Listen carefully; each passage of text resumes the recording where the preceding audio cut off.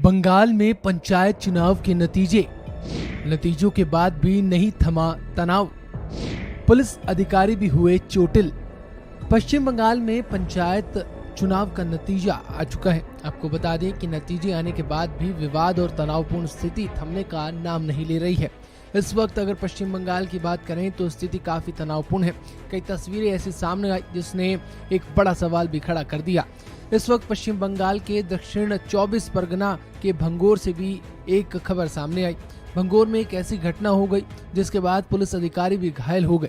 अगर बात करें इस घटना की तो इस घटना में इंडियन सेकुलर फ्रंट यानी कि ISF के कार्यकर्ता की जान भी चली गई। ये बता दें कि सब मामला चुनाव के नतीजे आने के बाद हुआ, यानी कि चुनाव के नतीजे आने के बाद भी स्थिति काफी ज्यादा तनावपूर्ण बनी हुई है। इस स्थिति की बात करें तो इस दौरान एक एडिशनल ACP को भी गोली लगी और गोली लगने के बाद एडिशनल ACP घायल हो गया। आरोप है कि पुलिस कर्मियों को टारगेट करके बमबारी की गई थी।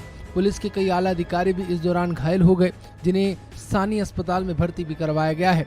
इसके अलावा जवाबी कार्रवाई में ISF के कई कार्यकर्ताओं के घायल होने की सूचना मिली और इस दौरान एक कार्यकर्ता की जान भी चली गई।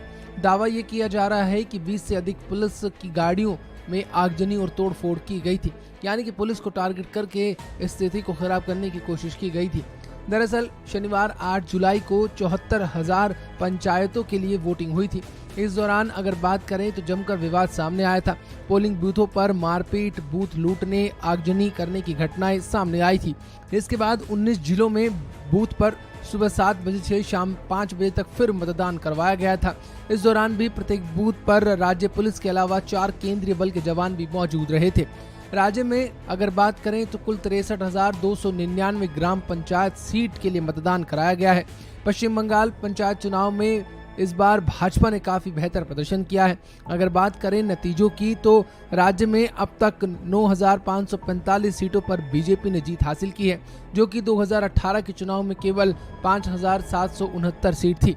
इसके अलावा अगर बुधवार सुबह 8 बजे तक की रिपोर्ट को देखें तो पश्चिम बंगाल में सत्ताधारी TMC यानी कि ममता बनर्जी की पार्टी ने 34,359 ग्राम पंचायतों की सीट पर जीत हासिल की, यानी कि TMC अपना वर्चस्व कायम रखने में कामयाब रही है। इसके साथ ही TMC सुबह 8 बजे तक 752 सीटों पर भी आगे चल रही थी।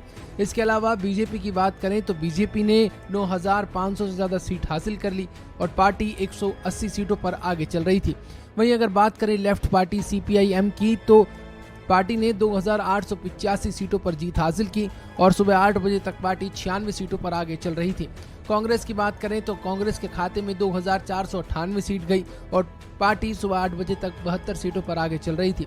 इसके अलावा अगर बात करें पश्चिम बंगाल के परिषद चुनाव की तो TMC ने जिला परिषद चुनाव में 88 सीटों पर जीत हासिल की और आपको ये भी बता दें कि पार्टी ने एक दमदार प्रदर्शन किया।